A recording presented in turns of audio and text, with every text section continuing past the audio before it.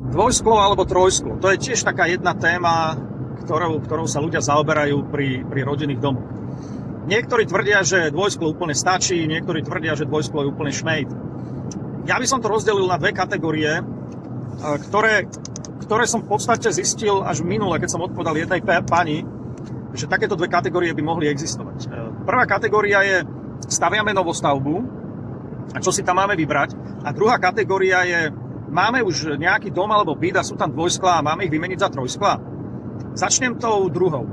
Ak už máme dvojsklá a chceme ich vymeniť za trojsklá, tak toto by som nerobil, lebo energetický prínos tých trojskiel je tak zanedbateľný alebo tak malinký, že výmena tých okien je v porovnaní s touto úsporou na hranici 20-30 ročnej návratnosti a to tie okna nevydržia tak dlho.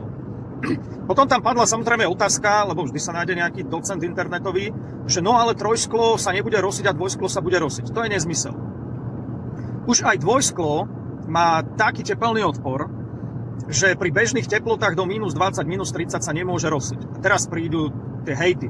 No, keď sa blbosti, samozrejme, že sa bude rosiť. Áno, rosí sa vám pre jednu jedinú vec. A to som už rozprával tiež 1000-krát. Lebo máte v dome vysokú vlhkosť. Ale o vlhkosti budem hovoriť v inom videu, prečo to tak je pri týchto zateplených domoch. Naskôr hovorím zateplených, lebo to je domena iba zateplených domov, lebo zateplený dom, jemu sa rapidne, aj 50-násobne zníži výmena vzduchu v dome a tá vlhkosť sledovať vlhkosť v zateplenom dome je kľúčová vec. Čiže ak si budete sledovať vlhkosť, kúpite si kvalitný vlhkomer, kalibrovaný, ktorým budete udržiavať vlhkosť medzi 40 až 50%, ale skôr 40, tak tie okna sa vám nikdy rosiť nebudú.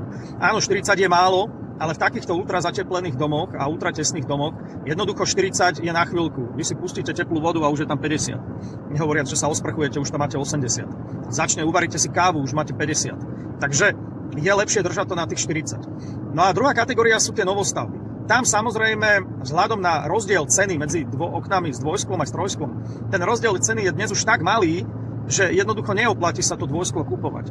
Ja síce dvojsklo niekedy dávam, ale to je len preto, lebo je to povedzme predeľovacia stena medzi interiérom a zimnou záhradou, ktorá má tiež dvojsklo.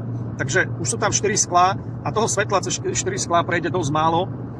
Keby tam bolo už 5 skiel, tak by ho prešlo ešte menej. Každé jedno sklo uberá svetlo asi o 15%, tak si to viete predstaviť.